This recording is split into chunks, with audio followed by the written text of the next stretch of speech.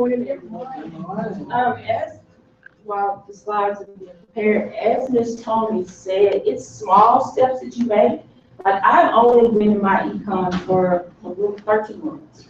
And when I tell you it's the small things, it makes a huge difference. It's something as simple as to some, but complicated to others, by changing my W-4.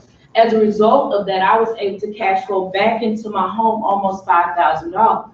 So as a result of that, and the thing about that is, what was so significant to me is because I had already prayed to God and said, you know, I need an increase somewhere on this job. I know you sent me here, but I need just a little bit more.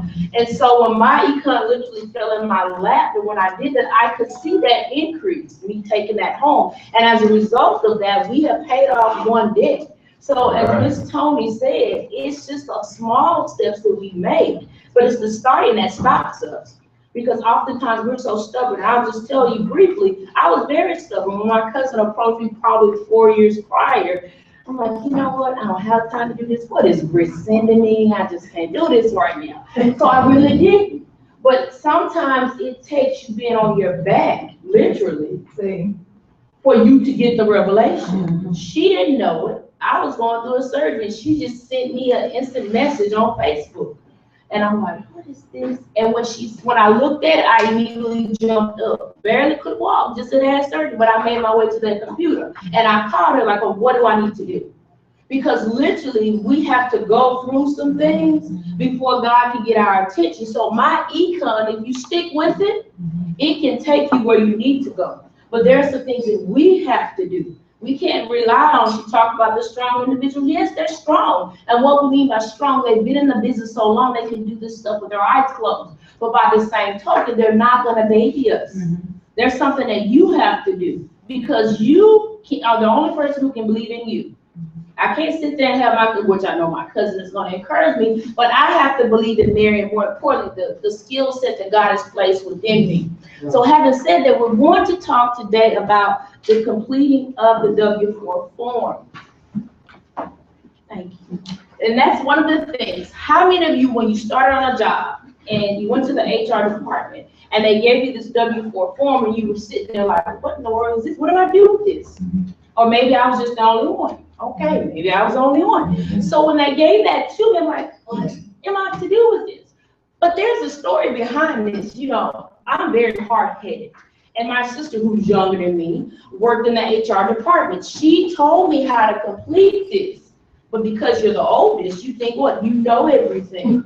So I was like, Chrissy, that is not right. That can't be it. So when I had that aha moment, when I found out about my econ and Clarissa taught me the right way to do, I called her. She's like, girl, I told you that about 10 years ago.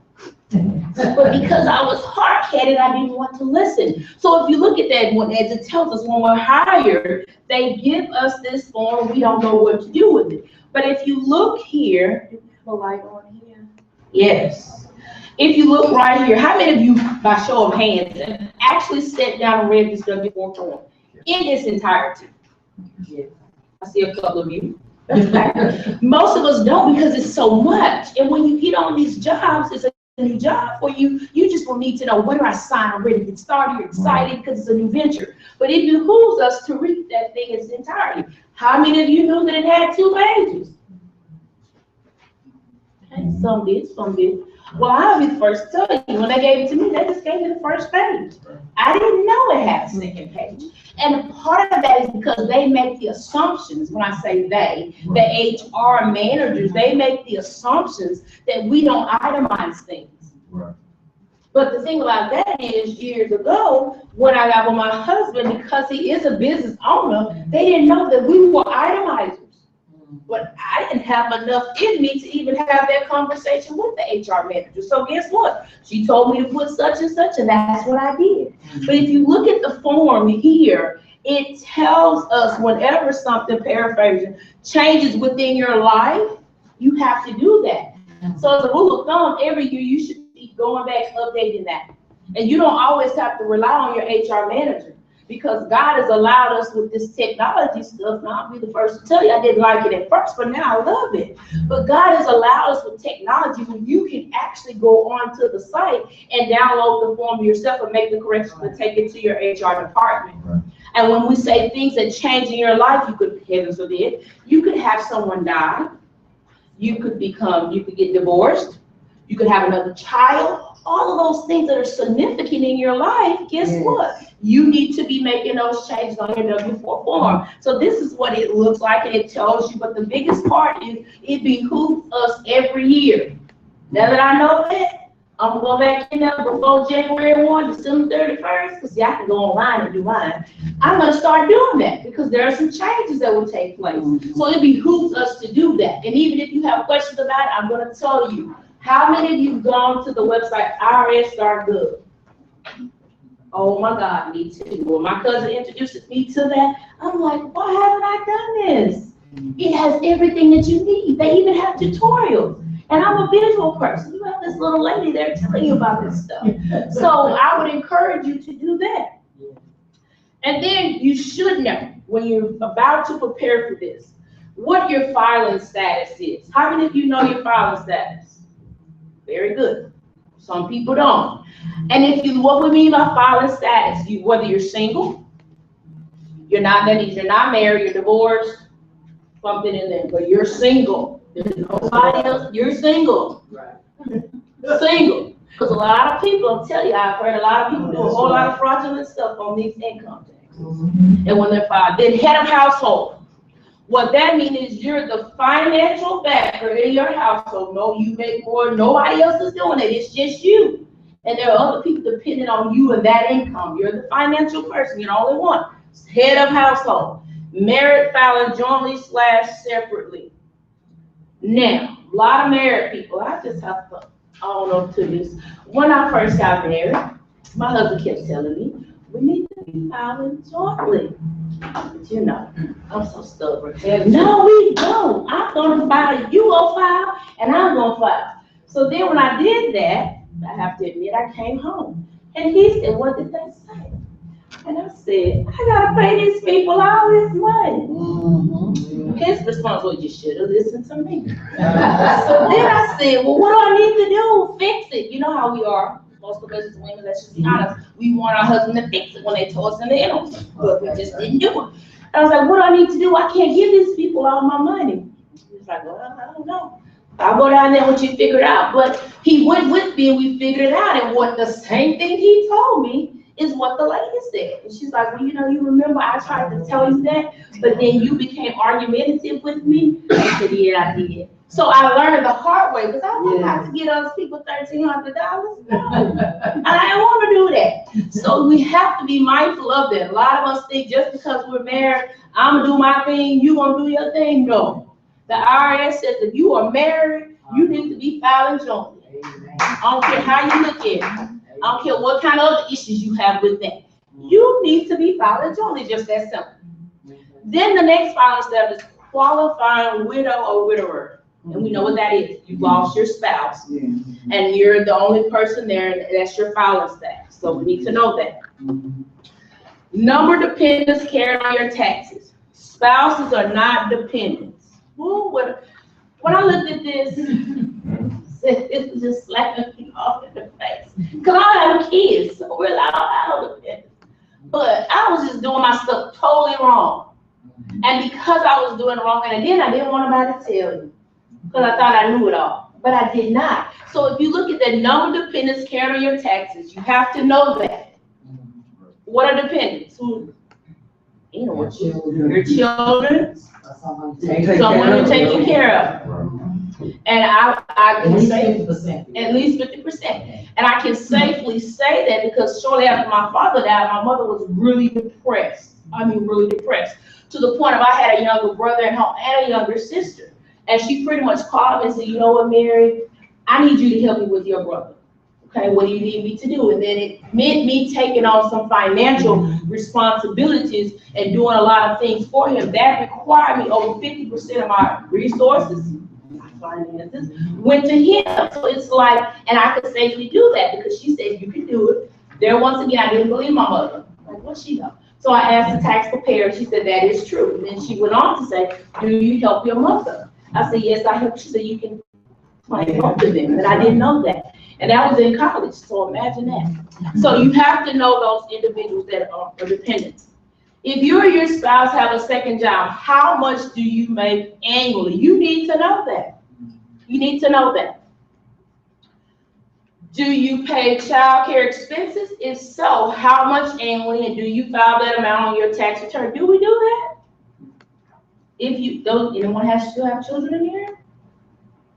No one. And can I say? Yes, ma'am. You know, now you're on a job and your children, you may be taken care of, like on the job, they have child services, you know, for your children who are past 5 years old and that kind of, or after school. That also qualifies in that expense. Sometimes it's overlooked. And that's one of the things I'm trying to tell my friend. I'm trying to bring her into the business because she has a daughter. She's in school, but she has to pay those aftercare fees because she's a divorcee. And I'm trying to let her see all this money that's going on in your household. If you do what you need to do, you can do these things. No, but her thing is, I guess she needs to be from the show me say too. She's like, no, Mary, I can't do that. So I just leave her alone. I guess you like spending your hard-earned money, having to walk out your door, but you can do that. Is your child over 16 years of age, excuse me, will they be 17 by the end of the tax season? Will this affect your child tax credit? You need to know that. When you're going to your preparer, you're having conversations with him or her, you need to know that because that can affect, and we don't realize that.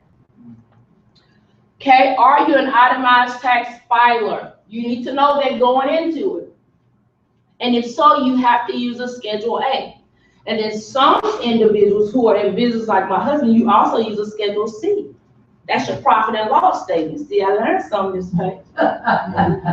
You need to know that. But you need to know these things when you're going before your tax preparer. Now, before you ever sit down with, when you bring in a new associate, before you ever sit down with him or her, when you're having that conversation, you yourself, and they also need to know what is the difference between an exemption and a withholding allowances. That's important. We need to know that before we ever start filling out this stuff. And if you see, exemptions are claimed on your form 1040 tax return. So that lets us know that before we even do this W-4, we have to have our 1040 before us. We need to have that, or have some knowledge of it. I should say that. And as you can see, your exemptions, they reduce your taxable income and therefore your income tax. You are allowed one exemption for yourself, one for your spouse, and one for each qualifying dependent, one for each category. Then your allowances are claimed on your W-4 form, which is what we're talking about today. The purpose of that form is to assist your employer with estimating the appropriate amount to withhold from your paycheck. Notice the key word there being estimating. It's an estimation of what they're doing, but you need to know what the differences are because a lot of people think that those exemptions that they put on that form 1040, you automatically put them on your W-4. And that's not true. They're totally different. So that's why you have to go into that, and you need to know this enough so that you can educate those associates that you're signing up, because that becomes key. Now, if you look at your personal allowances worksheet, which is that first page, this is how it looks if you've never seen it. It's pretty much explanatory. What my cousin was telling me about, she's like, Mary, just read. And she wasn't saying that she was very gentle about it, but she was right. Just read, because it pretty much tells you. What we have to do is take the time to read it. And as you can see, it tells you in a one for yourself or someone else, if no one else can claim you as a dependent. You put it over there. So the biggest thing with this form is we gotta read, y'all. And if we don't understand it, there's too many resources out there to help us. It's no longer can we say, well, I didn't understand it. That's an excuse. So we can't do that anymore. And then you just go line by line, and it tells you here what to do, what to enter there if you're single and only have one job, or it gives you different scenarios. So it's telling you there what you need to do there. Then completing the form correctly means the correct federal income tax is being withheld from your pay. As you can see by the examples that we have there, if you have zero allowances, then the amount of tax is going to be withheld is going to be $61.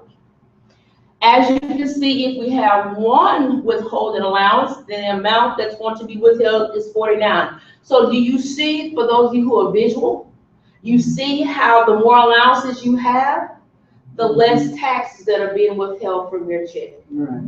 And that's why when you hear individuals, myself and the others, who say when they completed their W-4, they were able to see X amount of dollars that they were cash going back into their homes. What they're meaning by that is because they had those taxes, less taxes being withheld, which is key.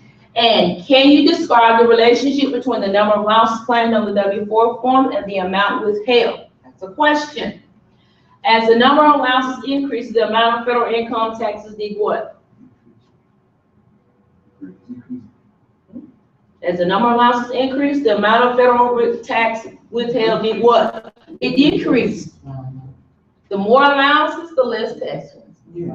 That's how I got it in my head. The more allowances, the less taxes. So you have to get whatever works for you, because I say that for me up there, I know that, but whatever works for you to make sure that you're learning this, this is what you have to do. You're not trying to emulate anyone else. You just want to make sure that you know all the basics to the point where you can convey it to someone else. Because if you don't have a good understanding, you can't convey it to anyone else. It's just that simple. And the IRS states that it's possible to have $40 a week too much deducted from your paycheck. I'm not trying to give anybody anything. You see, I was stressing because I thought I was going to pay $1,300. Right. I don't like giving away money. I don't. I really don't. So it behooves all of us to make sure that we're doing it the proper way, so we're not giving away money. And then page 2, if you look at the advantages of page 2, itemizing business deduction estimates. Page 2 of the W-4 is most often not introduced by the employer, by human resources, and that is true. Like I said, I didn't know that page 2. Possibly because, and we already said that there's an assumption that the employee does not file itemized tax deductions nor have a business-related deduction. They make that assumption, but they don't know you. So that's okay for them to do that, but then on the back end of that, you have a responsibility. That's right. To say, wait a minute, isn't there a page 2 to this? And you have a responsibility to teach it to your associates, so when they're going out there, they can teach it to those who they're bringing into my income. Everyone has a responsibility in this thing, because they don't know. They see so many people, they don't know me from the other Mary around the corner. So if you look at this point, you should understand that human resource managers are not trained to help you complete this on prop. They're not. They're basically trying to fill a position. Okay. I mean, let's just be honest. If you can read and understand policy a little bit, you have a job. That's pretty much how it is. Because when you go in there and ask them, then they'll tell you, I don't know. And I don't get mad because they really don't know. That's right. They just got a job. Yeah. Yes, sir. And I normally don't do this, but there is one of my associates this past week called to the HR department and asked a question concerning her W-4, and the HR person said, I don't know, but this is how I do it. All right, and that was completely wrong. Yes. All right, but then the other part of that, she says, she told us, she said, well, I'm afraid, the HR person said, I want to make sure that you don't end up owing at the end of the year. And so she said, no, that's not why I'm asking. I'm asking because I have a business and I'm eligible for this. She was at 6 and now she was eligible for 10. And so the HR person said, really? Will you teach me that? As HR asking an employee. And I had someone else tell me the same thing, that they learned about my econ principles and then they went to the HR person. They didn't know it. And so when they started educating the HR person said, will you teach me? Because if you teach me, then I can help others. And on the back end of that, for the HR person, guess what? That sets the HR person aside from the other HR individual. And then guess what? They can get the raise in the cash incentive, bonuses or whatever. So it's a win-win for everybody, literally. Literally, it's a win-win. But you see, there goes back to what I said earlier, the responsibility. You have a responsibility. And that individual that Pastor Dale was talking about took the initiative to go say, no.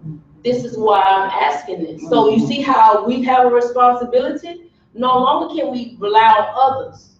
because relying on others has cost us a whole lot of money. And it's causing me in positions that we don't need to be in. We never should have been in positions anyway. And you should also know that because someone works in HR, we keep saying that, prepares taxes, that's even your tax preparers. Don't feel just because they're preparing taxes that they know everything. For someone, it's just, and they say it, it's just a hustle for them. It's sad, but they'll tell you that. This is just a side hustle for me. So we don't want to ever make that assumption. Or is a CPA, does CPA, they don't know everything. Lord, the CPAs, they really don't. We love them, but they really don't. Because I have a friend who's a CPA, and I was sharing stuff, and she's like, oh, I didn't know that, I didn't know that. And that goes back to what Miss Clarissa has taught us, because they're not getting continuing ed stuff, believe it or not. Once they become licensed and get their, that's it for them. It's not a requirement.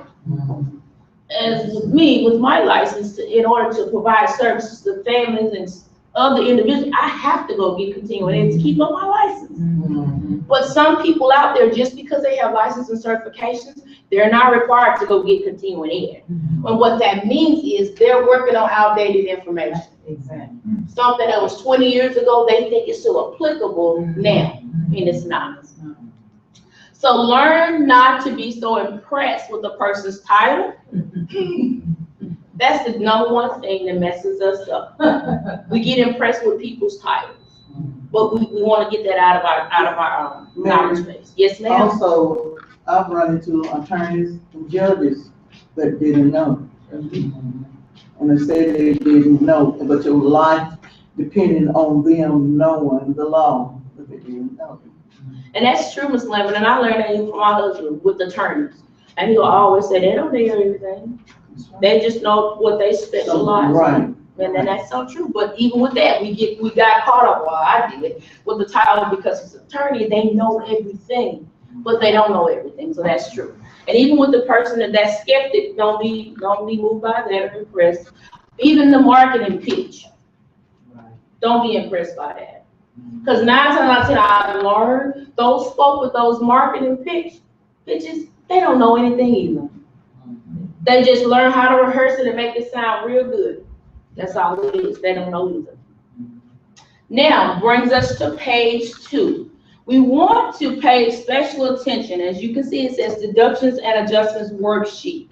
Well, we want to pay special attention to what's in the red there. Suggestion, if you itemize, get the average between 3 tax years, and use that number. Always be aware that things are continuing to change. You remember at the interim, I said, this is why when you're preparing to do this, say if you're doing it in the comforts of your home where you do have the time, it's in your best interest to have that form 1040 there with you so that you can review that. You want to have all your documents there.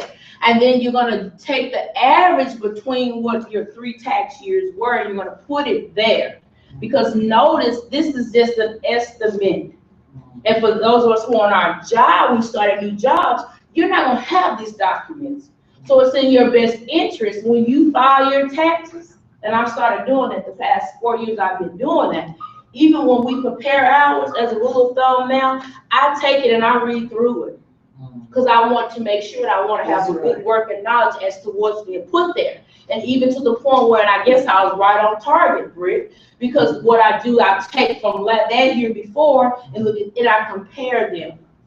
Because I want to see what's going on. If something doesn't look right, then I need to know what happened here. What caused this? Going back to that personal responsibility. We have a personal responsibility in that. And then if you look here, here in the middle, it tells you, if you look here, use this worksheet only if you plan to itemize deductions or claim certain credits or adjustments to income. Now, if they're not an itemizer, they're not doing that. They're not doing that. But think in mind, what we're trying to do is help them so they're coming new into the business. So it is going to be an estimate because they never itemized before. But at this point, as you can see right here, where's that at? Number 4, you put the $4,000 there because that's how much they're anticipating to deduct with their new home-based business. So you're putting it there, you're letting them know this. Now, I know you don't normally, You don't normally itemize because you don't have any deductions. But because now you're putting on a different hat, and what that hat is, you're about to become a home-based business owner. And so because you're becoming a home-based business owner, that allows you to claim a lot, X amount of deductions, up to what, 475 deductions? Give or take a few. So that allows you now to have some deductions that you want to do. So, well, they may say, well, I don't know what I'm gonna, that's okay. Because you can safely put there $4,000. We're in 2016 now. So you can safely put $4,000 there. Now, that may be adjusted a little bit. You probably won't have $4,000 worth of deductions in your first 2 or 3 years, but that's okay. That's giving you something to work with. That becomes like your baseline or your springboard, if you will. So then you can go up or down and you can adjust it there as you need to. So you want to put that there. And then for all the others, you want to follow the instructions. That's why I always say reading is fundamental. We have to read this. We have to do that. I say that, and I don't want you to think, well, why did you spend a lot of time with that $4,000? Because I was explaining this to a young lady. And she said, well, I don't have a business. I've never itemized anything. I understand that. But you got to put on a different hat, which means now your mindset has to change. Changing the mindset. When you're moving from that old person, this is a new. She still couldn't get it. So then I had to really pull out information to show her. So I guess she really was going to show me state. So I had to show her what I meant by that. And then she's like, okay, that makes sense to me. But some people, it's going to be hard for them because they're going to think that they're doing something wrong. And my cousin can tell you that when I did it right, but I kept saying, this doesn't look right. This doesn't look right. I said, can you look at it, Brie? Can you look at it? And I put 8, and she said, you know, comfortably, you can do 10. But I know how you are, so leave the 8, Mary. Because she know me, because I don't ever want to break rules, and you're going to encounter a lot of people who will say to you, well, I don't really want to do that. Am I going to get in trouble? Because my biggest thing, I've never been in trouble with the law, and I don't plan on, at 42 years old, I don't plan on being in trouble with the law. So I just want to do stuff right. So you're going to get those people who are going to be very resistant like myself. But you need to know how to explain that to them. We're putting on different hats here. You're taking on a whole new role. So you want to be able to do that. And then you want to follow the instructions from there. And then frequently asked questions. If you are married, does your spouse complete a W-4 form? Does he? Yes. Or does she? Yes. Yes. It helps tremendously. Tremendously should have been in bold. For you to know your estimated tax liability. You must know that. It helps tremendously. Does your spouse complete page 2? Now, this is where I was stuck at. And I kept coming back to my cousin. Because I wanted to make sure I was doing this stuff right. But you see, know if they are not in business. But that's why I said the tax documents, in order to do this, because he is a business owner, sole proprietor, I needed to look at all of my schedules. So I needed to know what was going on my schedule A, my C, everything. I needed to know that in order to complete that. But some people are not going to be in that category. Our category was unique, but a lot of people won't have that uniqueness. And then when I learned it, I said, God, why do you always got to get me into something where it's different than everybody else? Why I can't be like everybody else? And what I meant by that was, now I got to go do something extra, and nobody else is doing extra. That's what I meant by it. So, but if he or she's not in business, no, they do not. But if they are in business, yes, they do. Do married couples need to complete the 2 wage earner section? What are your thoughts on that?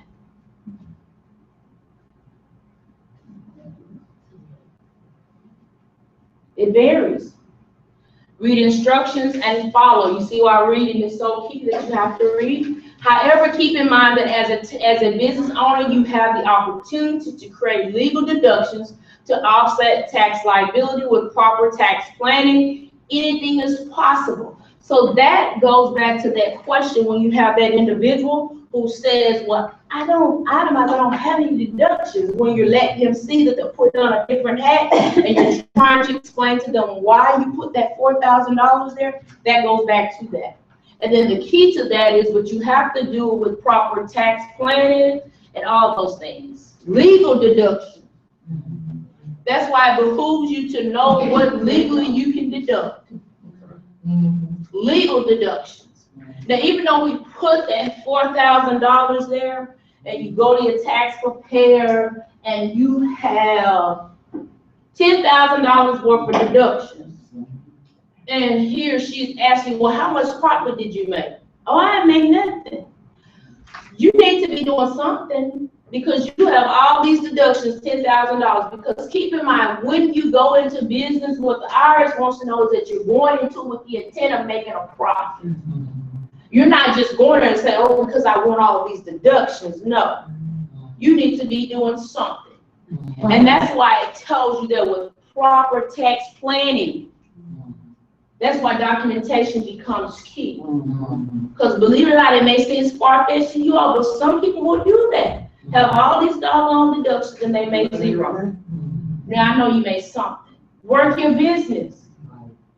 You can do something if you gotta buy products from yourself. Right. That's a profit. It counts. That's a profit. It's gonna offset these deductions that you have. That's the point that I'm making. So you want to be careful with that.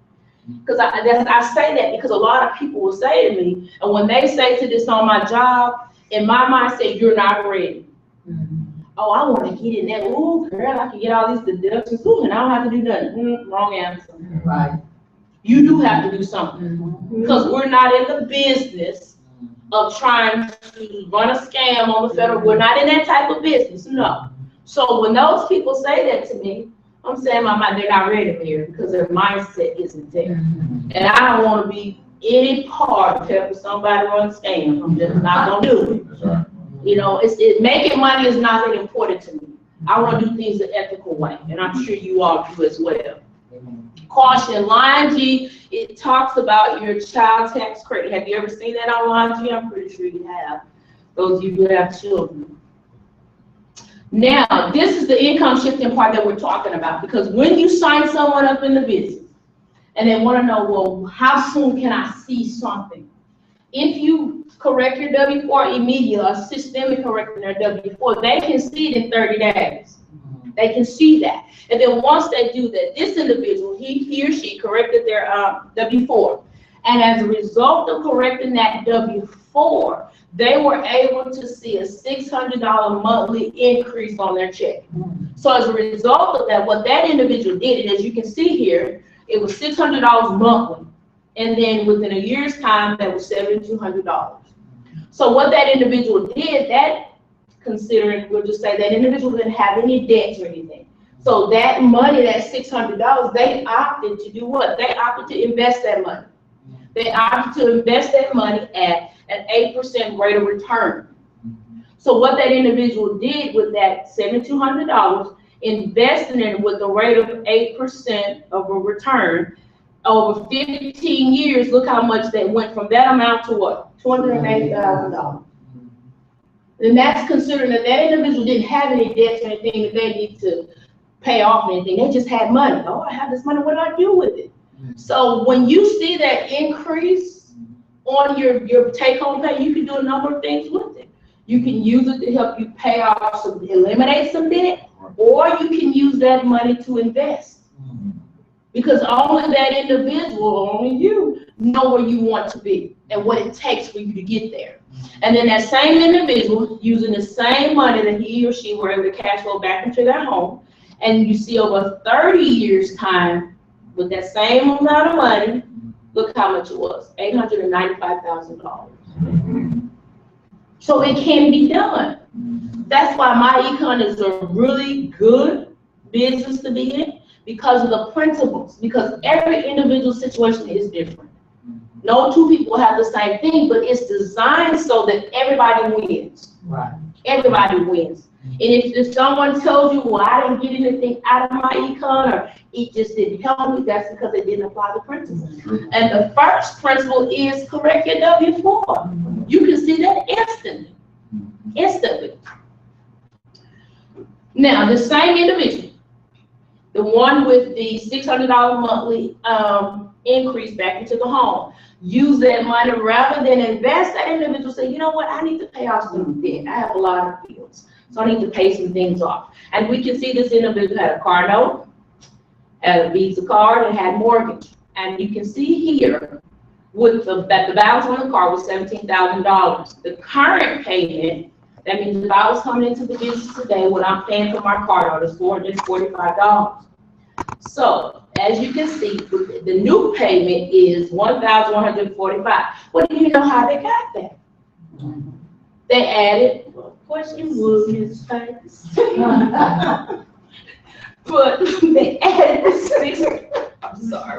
They added the $600 that increased back into that household.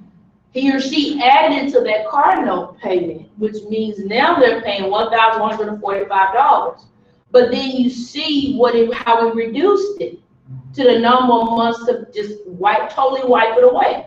So now, as a result of wiping that away, you see how much available cash they had. That's because they had added that $545 plus that $600 that came back into their household. So now they have what? $1,145. And if you go down, the same individual had this $8,000 Visa bill, and the current payment was $200. Well, he or she's already eliminated that car note debt. So you see they have what? $1,145. So did they take that and add it to that current payment of $200? Which means now they're paying $1,345. But look how in the months to eliminate it. So as a result of that, they wipe that away. Look at that. They've already eliminated 2 debts, just applying the principles. They've eliminated 2 debts, and now they have $1,345. And as you can see, they have a mortgage. The balance on that is $200,000. And they were paying $1,200 currently. So they took that $1,345 and added it to that $1,200, making their new payment be $2,445. But that's okay, because now it's less than the time that they're going to have that mortgage. And so they've eliminated all those debts, and now they're left with money to, we don't want to say play with it. They could play with it, but they can do things with it. So now they're left with $2,545. But if you can look here, look how much the total debt was that they eliminated. I had one lady, when I showed this to her at work, she said to me, well, gosh, that means my payment is going up. Yes, it's going up, but you're getting more money in your household that you didn't budget for anyway. That wasn't a part of your budget. So because that wasn't a part of your budget, put it over there and start paying. But some people don't understand that. I'm looking at her like, gosh, where did she come from? You know, she's really trying me, because I'm like, she doesn't get it. And I don't like to be under, but I mean, she really made me want to pull my hair out, because I was short of like, well, I thought you said I could just have this money. That's why I said you could play with it, because a lot of people, they just don't want to eliminate debt. They just want money to, I don't know, do what? I guess play with it. Whatever play means to them. And she just wasn't seeing the big picture. I'm like, okay, I guess she likes paying people all the money. I don't know. But if you look at it, the total amount that was eliminated was $225,000. And then look at the total time that allowed them to eliminate that debt. 8 years and 4 months. Well, you know what? That's gonna come anyway. So then why not make the most of it? Right. 8 years gonna come anyway. So you may as well make them be productive 8 years and 4 months. I mean, that's how I look at it. It's gonna come anyway, so I may as well make it be productive and get the most out of those 8 years, or however long it takes to get the most out of it. And then if you look at the cash flow that was freed up by that elimination was $1,945 monthly. So look what they have now. The cash flow available for investing or for that lifestyle, $2,545 monthly. So whatever that lifestyle is for you, that's what you have. Or if you decide I'm going to invest, that's how much you have to invest. The income tax return decreases, and the monthly salary increases. What a lot of people can't see, because they're so accustomed to getting those income tax returns. That's why I said he's changing your whole mindset. And as we have to educate them, they're not giving you anything. You overpaid that. It's your money anyway. So they're not giving you anything. So since it's your money, Why not be creative with your money? Rather than have someone else take your money and do what they want to do with it. Why not be creative with your money and allow it to work for you, where you can actually see it and you can benefit from the fruits of that? And that's just how I look at it. So at the end of the day, it's a win-win situation for all parties involved. But the only way it's going to be a win-win is you have to apply the strategies and you have to develop a whole different mindset. You can't go into this with that old stinking thinking that's got you into this place where you are now. You can't do that. You have to have a different mindset in order for it to be a win-win. Yes, sir. I'm just amazed how this first strategy, how that changes people's lives. But no, we ain't saying anything about selling anything, just that one thing right there. You letting it work for us without even selling. Use that one principle can really make a difference, make that snowball effect and build up the vision better. That's powerful right there. It can. That alone, and so funny that you said that, Mr. Chris, because the two gentlemen who came last night, after you all left, Marvin and I were still talking to them. And, you know, of course, I know you all did a good deal because they were ready, a good job because they were ready to sign up instantly. But then when I said something to the gentleman about, okay, well, once you get in, we'll do the W-4, I went through he just did like this. You don't have to do that. I was so, when they started telling me about the W-4, I don't even know nothing else beyond that. We'll get to that when we get to it. So you're absolutely right. A lot of people get excited just off the first one. And I'm like, if you're that excited about this strategy, just put on your seatbelt because you're about to go for a smooth sail. Because they're excited about that. I mean, he just did me like that. I'm like, why is he doing that? But then he went on to explain why. You don't need to say anything else. We'll get to that, but I'm excited. I was sold with that. Wow. So, hey, and the key to that is for him to be sold with that, it goes back to the delivery. Because we have to really meet people where they are. And that goes back to what we said before. Sometimes we have to allow people to talk. We can't be so caught up in doing all the talking. Sometimes we have to allow people to talk, and once they say things, and that's going to pretty much guide us to where we need to go. So we have to do that as well. All right, at this time, we are prepared to hear from a young lady. When Tony talked about those strong individuals,